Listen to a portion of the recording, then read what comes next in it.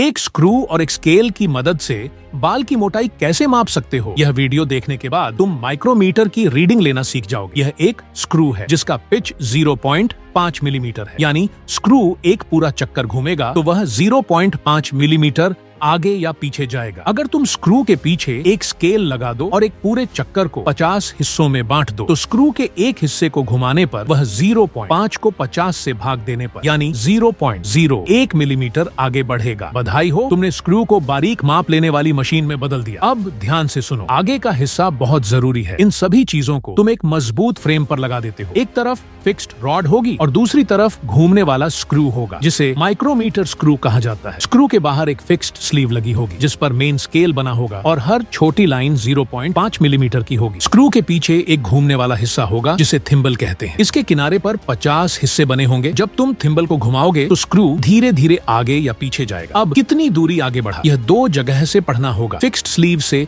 0.5 millimetre के पूरे हिस्से पढ़ने हैं और थिम्बल से 0.01 मिलीमीटर की बारीक रीडिंग लेनी है। चलो अब इसे इस्तेमाल करके देखते हैं। ये तुम्हारे भाई के टूटकर गिरे हुए बाल का एक टुकड़ा है। सबसे पहले बाल को फिक्स्ड रॉड और माइक्रोमीटर स्क्रू के बीच हल्के से रखो। अब धीरे धीरे थिम्बल को घुमाओ जब तक स्क्रू बाल की सतह को बस हल्के से छू न ले। याद रखना, इसे हल्के से छूना है, जोर से दबाना नहीं। माइक्रोमीटर के पीछे एक रैचेट व्हील भी लगा होता है। ज्यादा दबाव पड़ने पर यह अपने आप घूमने लगता है जिससे बाल ज्यादा दबकर टेढ़ा नहीं होता। अब रीडिंग शुरू करते हैं। फिक्स्ड स्लीव पर तुम्हें कोई पूरी स्केल लाइन दिखाई नहीं दे रही है। इसका मतलब है कि बाल की मोटाई 0.5 मिलीमीटर से कम है। अब सवाल है कि 0.0 कुछ मिलीमीटर कितना है। इसके लिए थिम्बल को देखो। थिम्बल का किनारा फिक्स्ड स्लीव पर बनी लंबी बेस लाइन से बिल्कुल मिल रहा है। अब थिम्बल पर बनी लाइंस में से देखो कि कौन सी लाइन फिक्स्ड स्लीव की बेस लाइन से ठीक मिल रही है। तो बारीक रीडिंग होगी 0.08 मिलीमीटर, कुल मोटाई होगी